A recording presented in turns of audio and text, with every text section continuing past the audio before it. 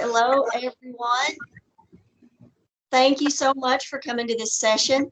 I'm sure you were all in the opening session and enjoyed John so much that you've decided to get some deeper strategies with you. So I won't reintroduce him, and I'll let him have the full time to give you as many strategies as he can. So thank you for joining us, John, and I'll turn it over to you. Thank you, Katie. I tell you, if you guys get a chance, thank Katie and Ronnie. This is just a massive effort to put on this conference. It would have been a massive effort in person, but it's become so much more virtual. So such good work. So thank you for joining me for this session. I'm going to go ahead and share my screen. I'm getting a little better every time I do this.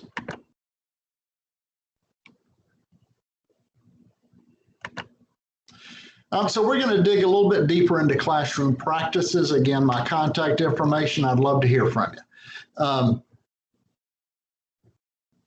So we're going to actually focus on classroom instruction. Some of it absolutely will apply to social emotional development, but we're going to focus really on academic instruction for this hour.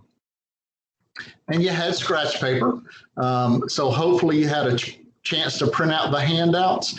These handouts are very important because there's some things I want you to read a little bit into it. So if you don't have the handouts, if you would get them, I don't know where they're posted. I'm sure Katie can tell you, but you will absolutely need those handouts for this session. So it's not the keynote handouts, it's the breakout handouts. Katie, do you want to remind folks where those handouts can be found? Yes, sir. I just posted the link in Google Drive. The link is in the chat, and it will take you to a Google Drive folder. Awesome, thank you. So if you can, print them out if you have a printer nearby. If not, you can open them in a second window when you need them. Thank you, Katie. And so let me tell you what we're about to do. I'm about to give you a written assignment. Then Katie, who is absolutely the brains behind the outfit, she's going to randomly place you in different breakout rooms. And I want you, she'll tell you how to get to that breakout room. I want you to, once you get to that breakout room, you'll have a smaller group. I want you to share your thoughts. I think we'll probably have 7 or 8 people in each breakout, something like that. But I want you to turn your video on and your sound on and share your thoughts. What did you write down for your what I asked you to brainstorm about? So going to give you a written assignment, give you a few minutes. Then Katie's going to put you in virtual groups to share with your neighbors, kind of like if you were at a table in a physical conference. So let me show you the written assignment. It's at the top of your handouts. What are 2 ways that you use to engage students into your classroom instruction? Just write down right there, what are 2 ways that you use to engage students into your classroom instruction?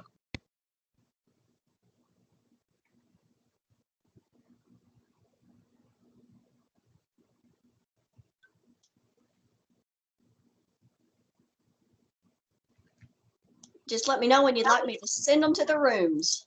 Okay, let's give them a couple minutes. Thank you, Katie. You're the brains behind the outfit, let me tell you.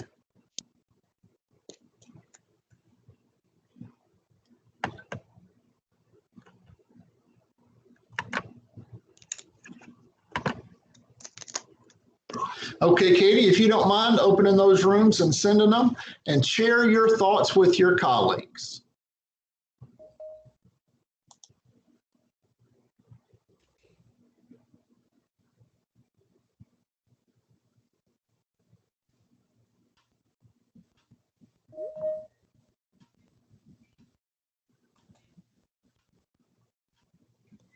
Are folks in their room yet, Katie? It's creating the rooms now. Awesome.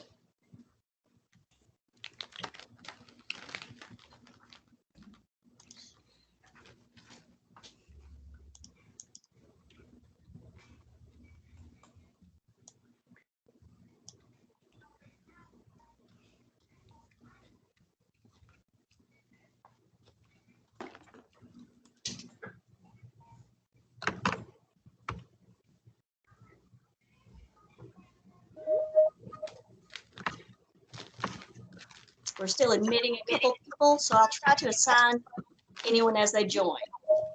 Okay.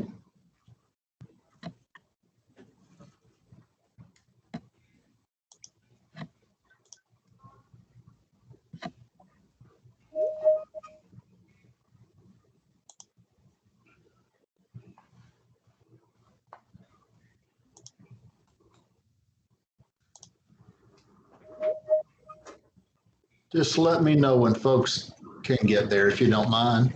I believe. Okay, now I'm opening the rooms. Sorry, I thought they were open.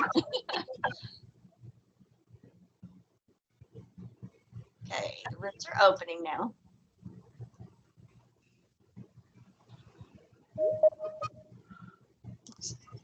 There we go. I can see that folks are leaving. There we go.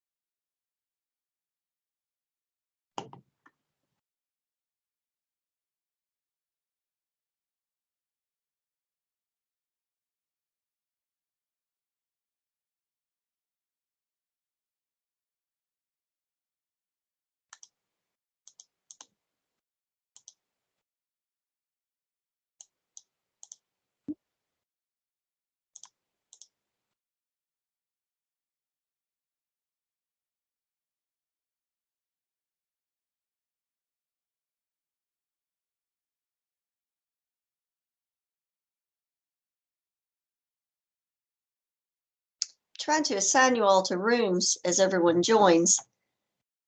I'm not sure why it doesn't seem to be working for some folks.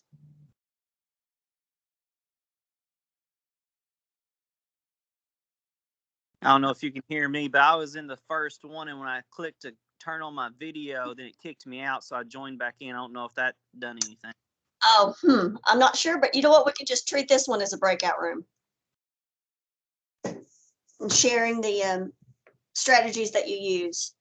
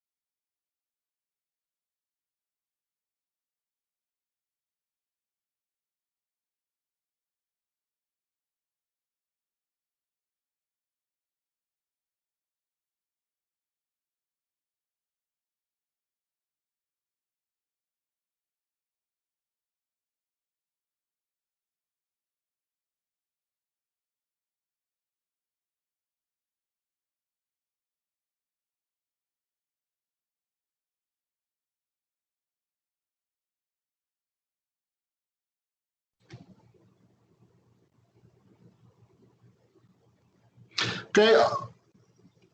Awesome. So thank you guys, and thank you for your patience as we figure out the groups. Katie's doing an awesome job. So let me hear from folks.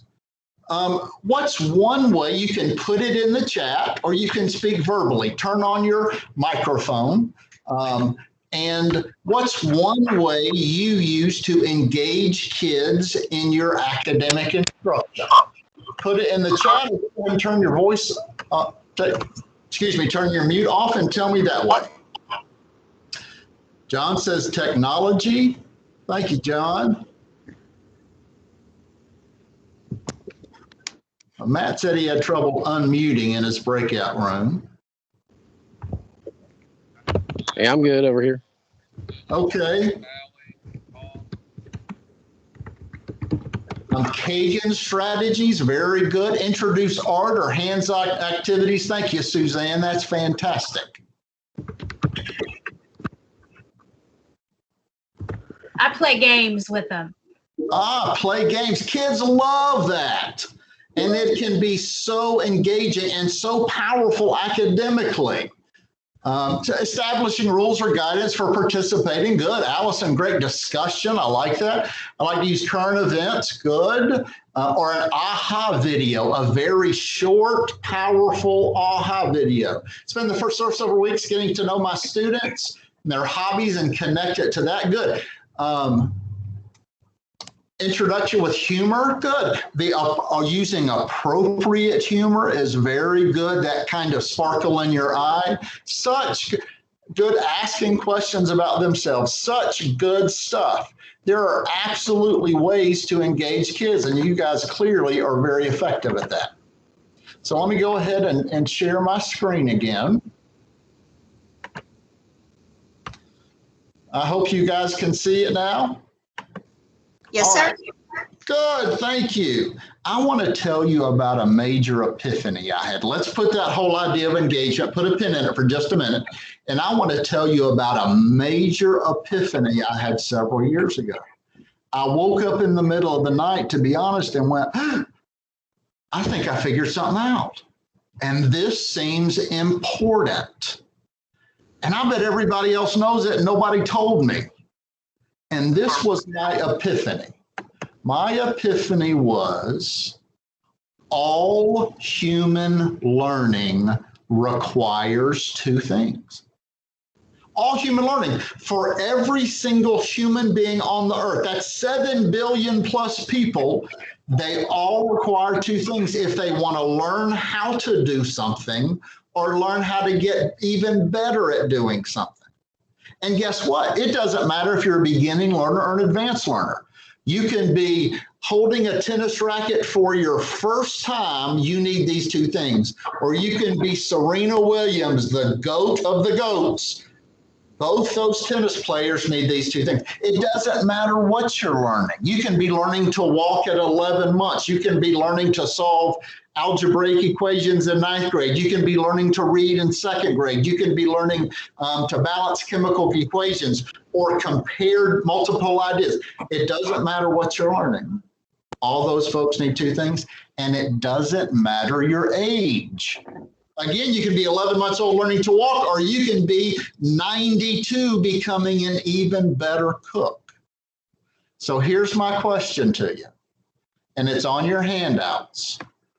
What are those two things? Under my answers, don't tell them, don't put them in the chat, and don't say them just yet. If you would, write the two things that you have that you think is required of all human learning.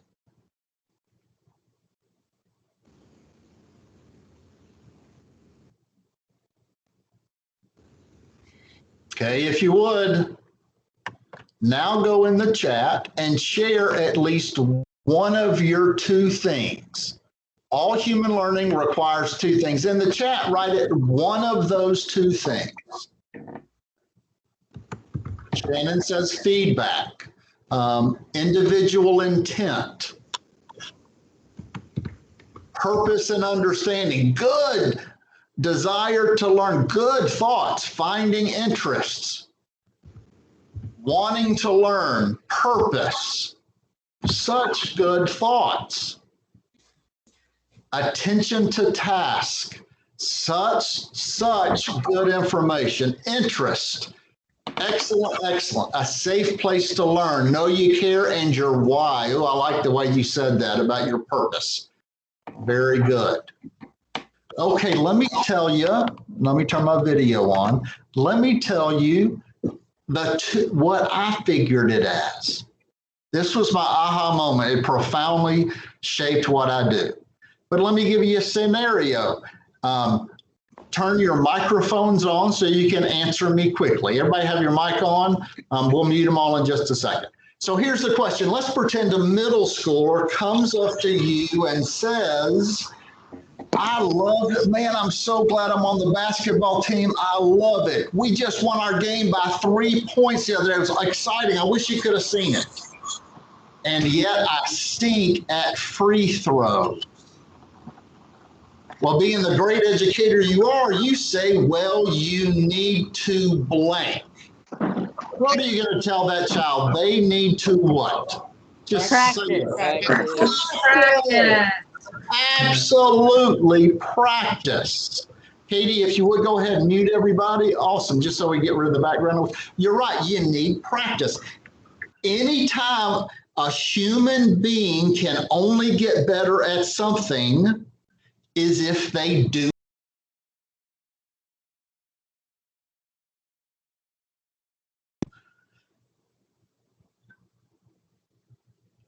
A human being can only get better at practice if we do that thing. I unmuted myself.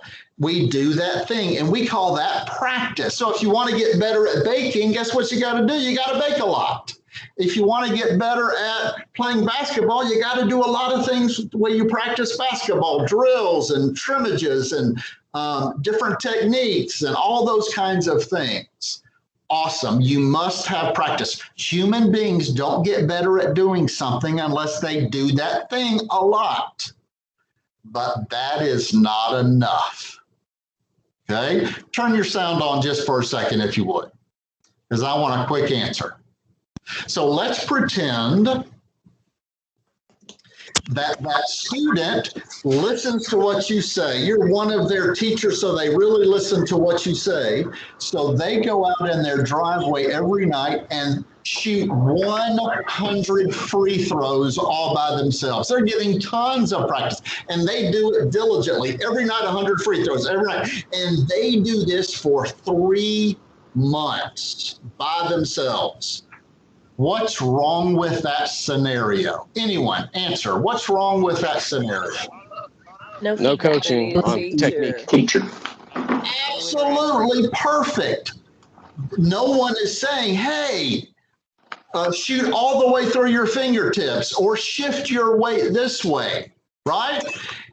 And not only not feedback is when the child does it, there's no one to say, yes, exactly like that. That's what I mean. Or, no, that's not quite right here. And we call that coaching. We call it feedback. So all human learning must have practice and feedback. And I call practice turns, because you need a certain amount of quantity to it. Like if I decide to be a better cook and I go on YouTube and cook and cook a fantastic meal because I'm horrible in the kitchen. If I do that and then say, I'm going to get better, I'm going to do that again in a year, well, I'm not going to be a better cook. So there's a certain amount of practice. So if you would,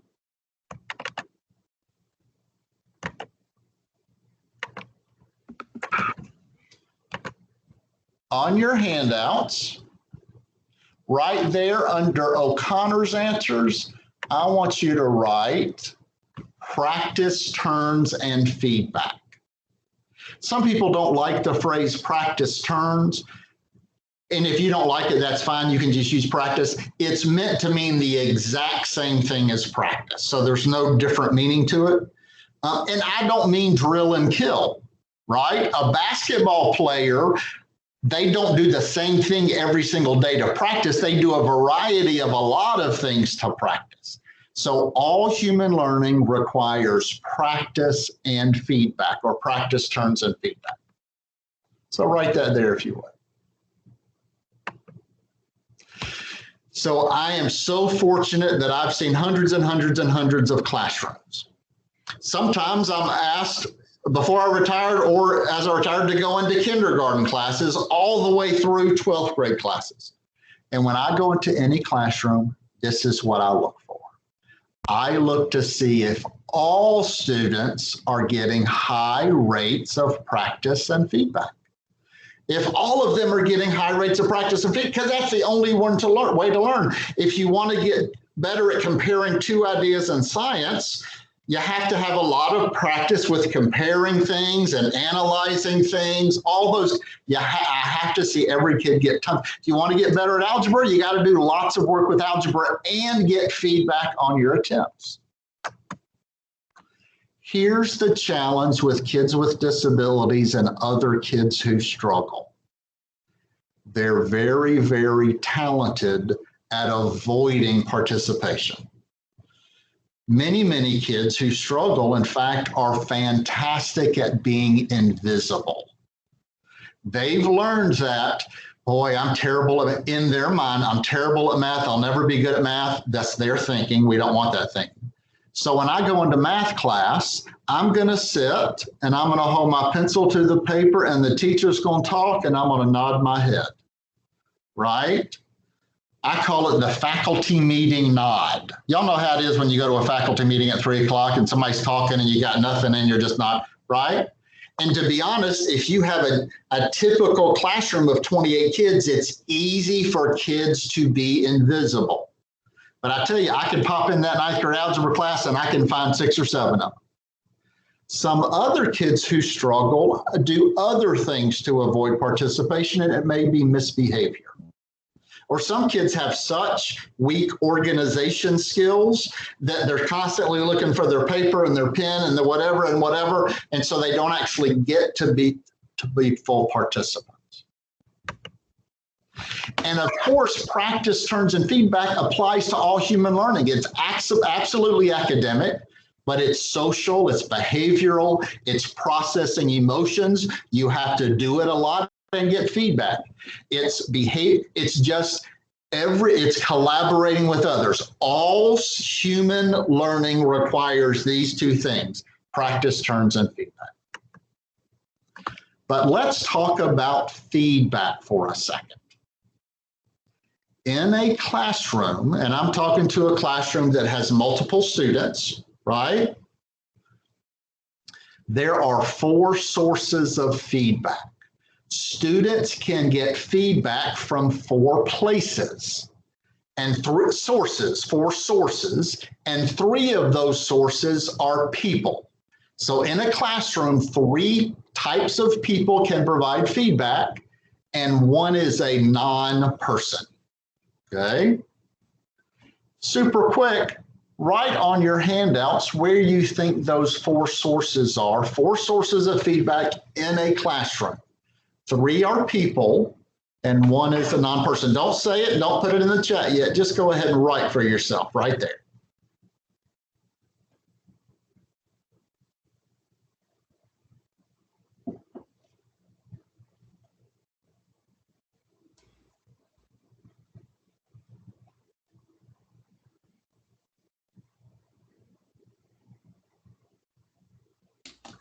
Okay, after you've done that, let's look below that. Now we're going to talk, that was the sources of feedback. Now we're going to talk about the most effective feedback. That first is just a single word and it starts with an I. I didn't want you to think that was a lowercase l. It starts with an I. The second word, it's a single word. It starts with an S. And perhaps most of the time, the most effective feedback includes blank.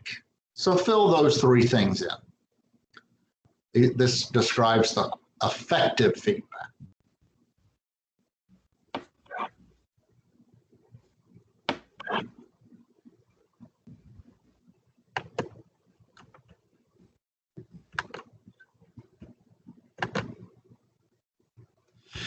Okay, we're going to open those rooms again if Katie would be so kind. And Katie, if you would just give folks a few minutes and then close them up.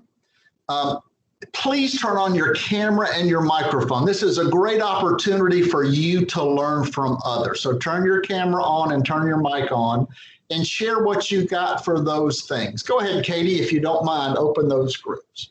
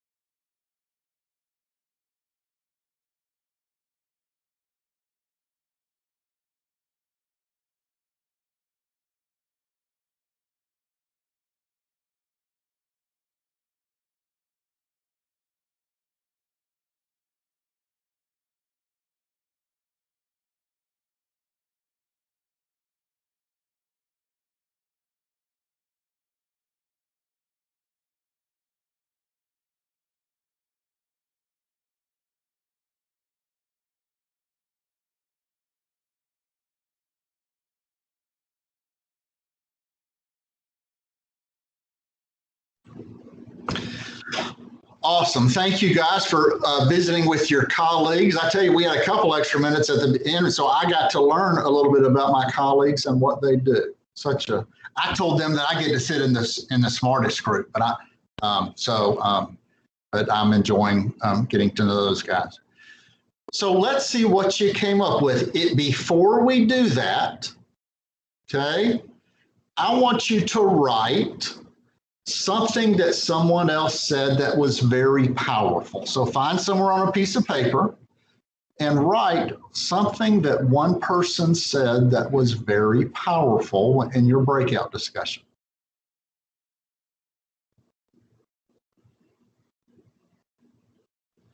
Because it's just helpful to collect your thoughts. Now, let's go in the chat. If you would, we said there are 4 sources of feedback in a classroom, and 3 are people. In the chat, write the sources of feedback. 3 are people, so just give me one of them. Go ahead in the chat and write the sources of feedback in a classroom. Feedback can come from these places. Go ahead and put that in the chat.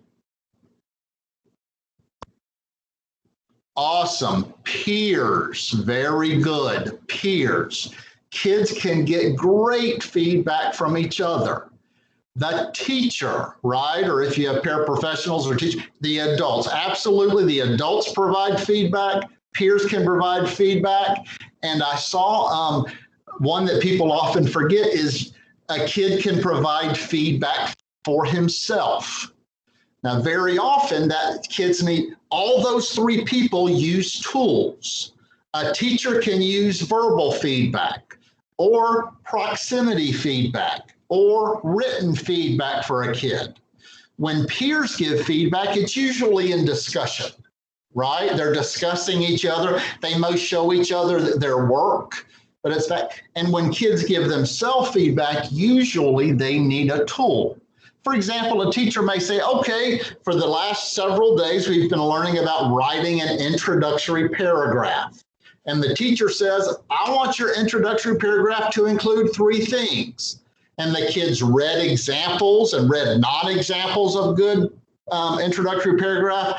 And it's time for kids to write one. And she says, all right, next to on your Post-it note, I want you to write what those 3 things are. Remember, we have to do this and this and this. Write those down. Now write your paragraph and look at your list. So a kid is giving himself feedback, but he is using that Post-it note. Anytime you Google a YouTube how-to, whether you're trying to fix something around the house or whatever, that YouTube video is providing you instruction, but it's not giving you feedback. How you look at that video and think to yourself, that's the feedback you provide. The 4th type of feedback is a non-person. Who wants to, hey, Mike, I'm not sure the answer to your question.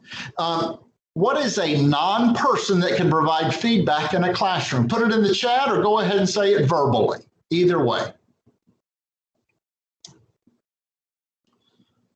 Russell Grades is an excellent offer. I put that under the category as a tool that the teacher uses to provide feedback. Thank you for that. It's technology. That's right. Kids can get feedback from technology. Make no mistake, however, technology cannot replace good teaching. It can be a part of the toolbox, but we still want kids to get most of their instruction and feedback from a teacher. But when it's used well, it can be good. Now let's go down to the lower part. Feedback. The best feedback is 1 starts with an I word, 2 starts with an S word, and then usually includes something. Put in the chat, what do you think those are? The best feedback is an I word and S word.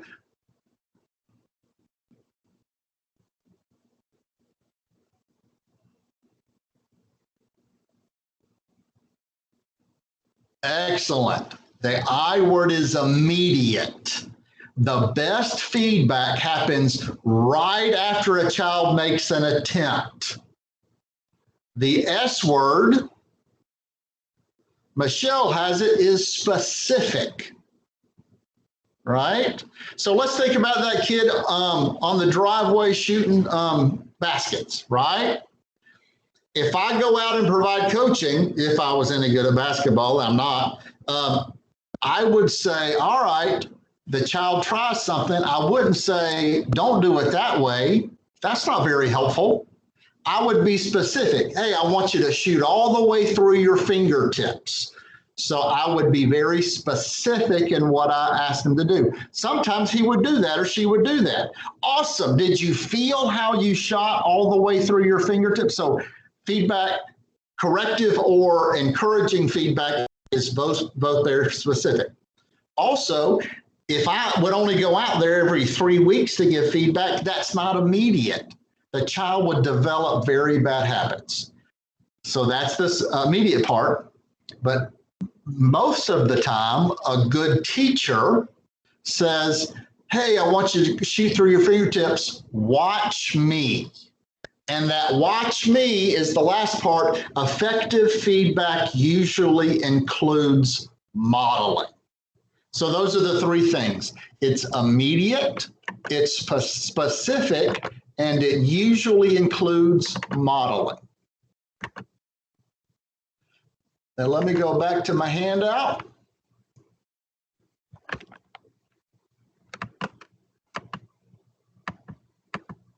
So make sure you have these answers on the handout if you happen to go with something else. Okay, now the next part. Again, the challenge for kids who have IEPs or kids who struggle, they need the most practice and feedback for whatever skill you're trying to teach them. And very often they get the least practice and feedback because some kids are trying their best to be invisible and some kids have behaviors that interfere with their work.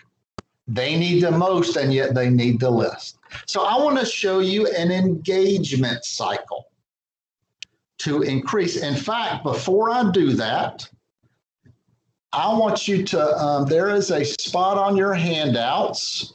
I don't know where I put it in the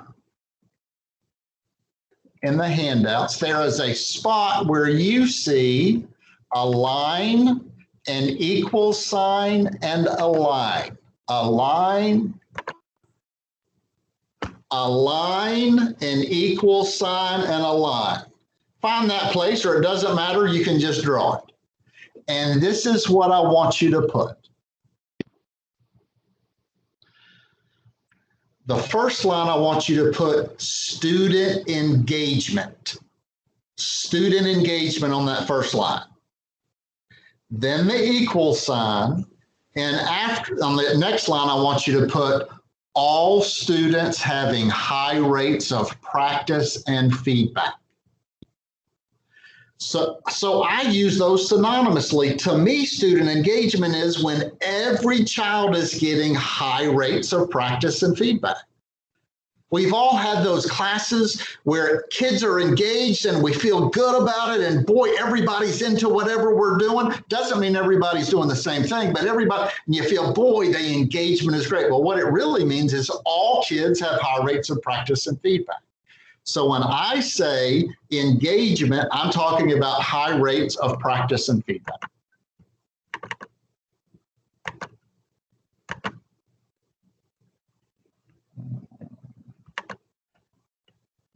So I want you to look at this engagement cycle. You should see it on the screen. And I want you to read from 12 o'clock and go around. Read from 12 o'clock and go around.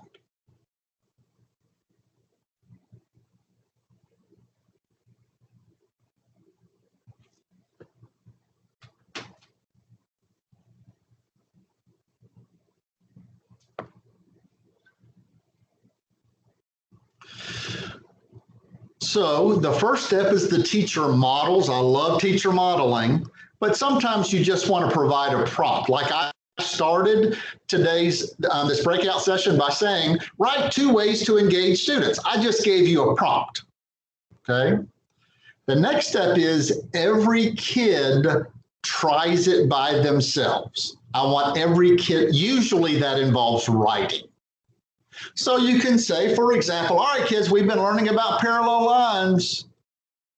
I want you to write on your piece of paper everything you can remember about parallel lines. I'm only going to give you a minute and a half.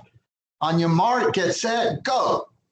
So every kid writes about parallel lines. They never touch, they never cross, same distance between, whatever, right? Examples of railroad tracks, right? Whatever.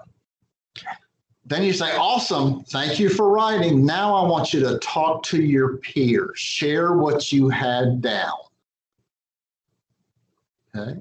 And so kids, and say, put your pencil down. And so kids are sharing and sharing and talking and talking. What'd you get? What'd you get? What'd you get? Good. Then you say, all right, stop talking. Do me a favor. Add one thing to your list that your buddies had that you didn't have. So you get them to collect their thoughts and add back to their writing. And then you say, all right, guys, let's talk about it as a group. So the teacher's writing on the board or the overhead saying, or the projector saying, what's the first one? Some kids say they never cross. So you write, never cross. Hey, if you wrote that, put a star next to it. If not, add it too. Whatever. So she debriefs or he debriefs with the whole class. And then she says, all right, now that we talked about parallel lines, let's talk about parallel lines and doing a math problem with this. Let me show you how. So then it circles again. Teacher models and pulls kids into when she's modeling. Then she says, kids, try one by yourself. Kids, explain to your partners. All right, guys, if you need to make any corrections on your math, do that. And then, so this cycle happens over and over again in a lesson. So let me hear your thoughts about this cycle. And I bet you do pieces of this already. Let me stop my sharing. And let me just open it for any reactions. You can say it verbally or you can put it in a chat. What do you think about this engagement cycle? Does it have all kids getting high rates of practice and feedback? Do they get feedback from a variety of sources? Anybody want to turn on your mic and share any thoughts you have? Or put a thought in the chat.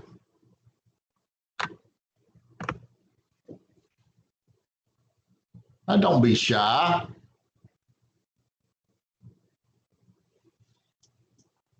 Oh, Suzanne is raising her hand. Okay, Suzanne, tell me your thoughts. Turn your mic is on mute. Go ahead and unmute and tell me your thoughts, Suzanne.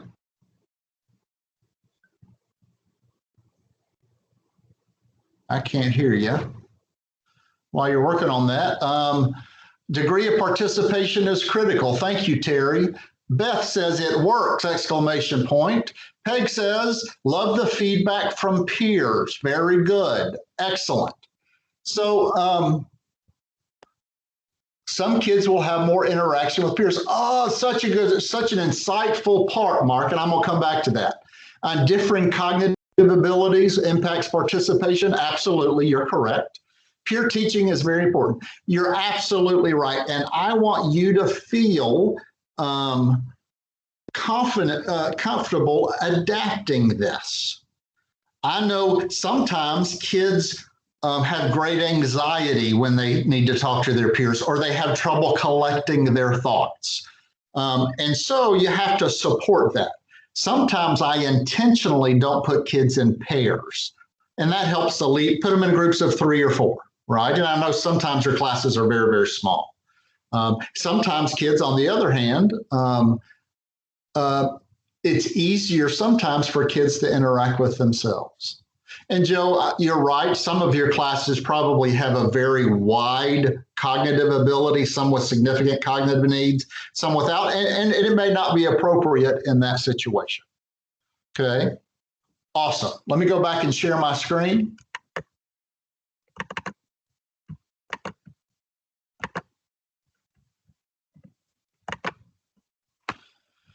So what I try to do here is increase kids' practice and then let them get feedback from peers. And then when they touch it again, they write again, from themselves, and then from the teacher.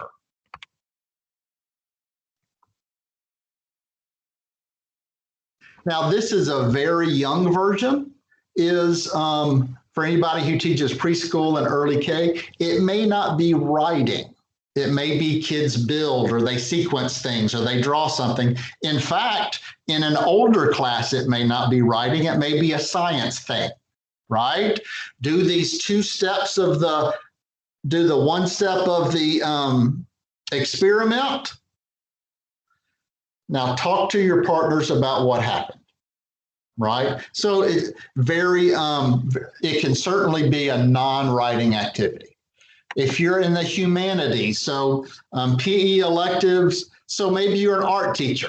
So the teacher talks about the art technique they're working on. The kids do their art. Clearly, I'm not an art teacher, for 15 minutes. And you say, all right, guys, I hate to interrupt, but do me a favor, explain to your partner what you're doing with your art. Explain, I'm not an art teacher, what message you're trying to get, what technique, talk about, because just by talking about it, it gets helpful. And then kids go back and do their art, and then those kinds of things. Because articulating and verbalizing and thinking aloud is very powerful. So many times y'all heard of Think, Pair, Share. It's been around forever, right? It's a good thing, but I add the writing component intentionally. Because I was the kid in high school, if the teacher said, all right, guys, I want you to think about the 3 types of government for a second and what we know about them. Now turn and talk to your partner. I made sure I sat next to social studies Sally, because I wanted her to just talk and tell me all the answers, right? I'm just going to be a head nodder and a listener, right? Okay, by having the writing components, every kid has to try. And so I have the writing components here. And of course, the teacher debriefing, while kids are working independently, the teacher's walking around and listening. So she knows how to pull kids together. And what does she need to make sure she covers? What misconceptions does she or he need to have? There's my equal sign. There it is.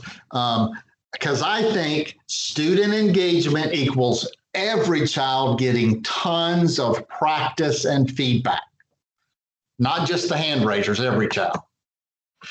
So you have in your handouts, you have this. I have provided for you 20 examples of using this circular sequence. I call it the engagement cycle. But I've had to put it linear because I had to make a list. So you'll notice the headings at the top. And so you need to read across. To get number 1 example, you read across. Read number 2. And there's tons and tons. If you're a kindergarten teacher or pre-K, start at number 16 and then go start at 1 once you've got through 20. I want to ask everyone to read this by yourself and put a star next to any example that you like. So go ahead and read. I'm going to give you 7-8 minutes to read. Just read as many as you can, going across, and star any examples that you like. I'm going to give you a few minutes to do that.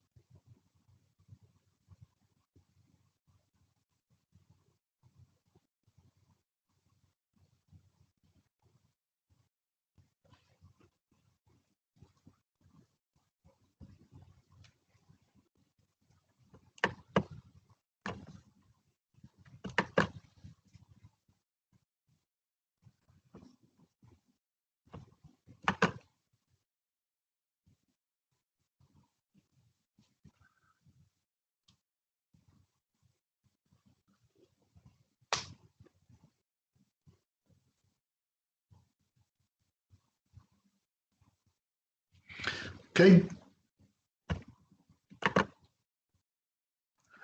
Just for the sake of time, I know you haven't finished reading those examples, but just for the sake of time, let's go ahead and stop there. But you have them for yourself. You can certainly read through those and share those.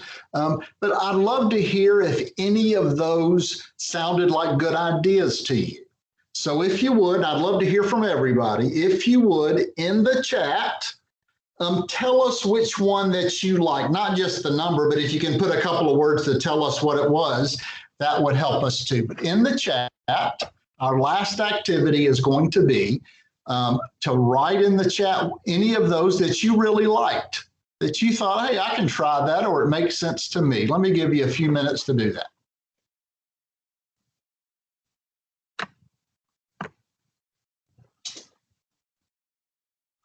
John likes number 3, which is about the sharing part. Good.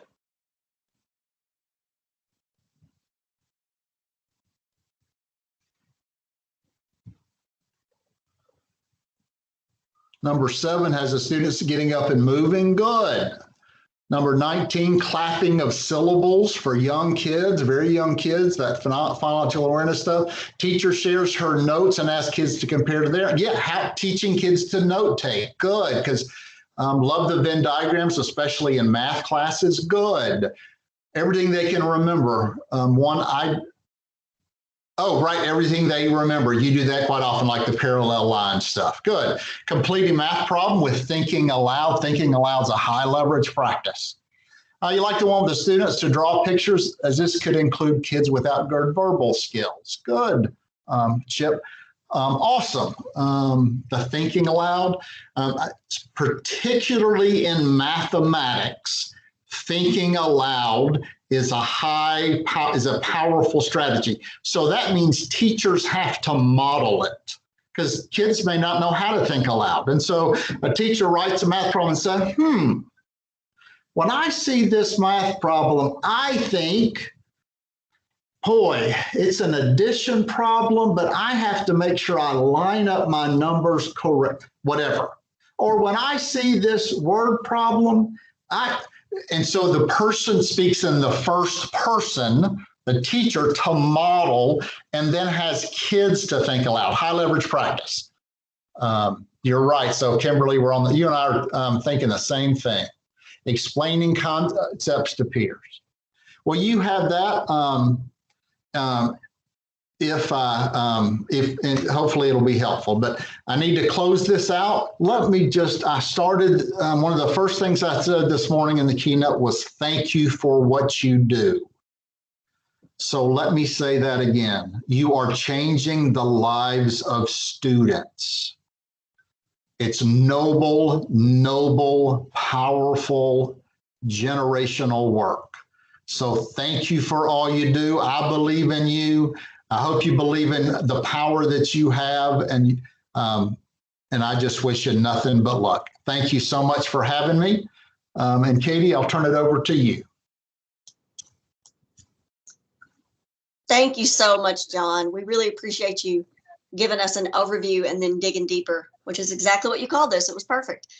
We appreciate all the strategies and your time. And any of my friends out there who do any kind of bringing in speakers for your students or your agencies, if you're with a state agency, I encourage you to work with John. Having speakers and professionals that are so easy to work with and so helpful makes our lives great. So I'll be happy to forward his information on to anybody looking for a great trainer. Thank you again, John. Thank you. We're going to take a 30-minute break for lunch. We're going to join back at 12:15 for the next group of concurrent sessions. You'll have 3 choices, and those links are in your program and on our website. The program is posted there too. So we will see you soon. Thanks, John. Thanks, everybody, for coming. Thank you. Thank you.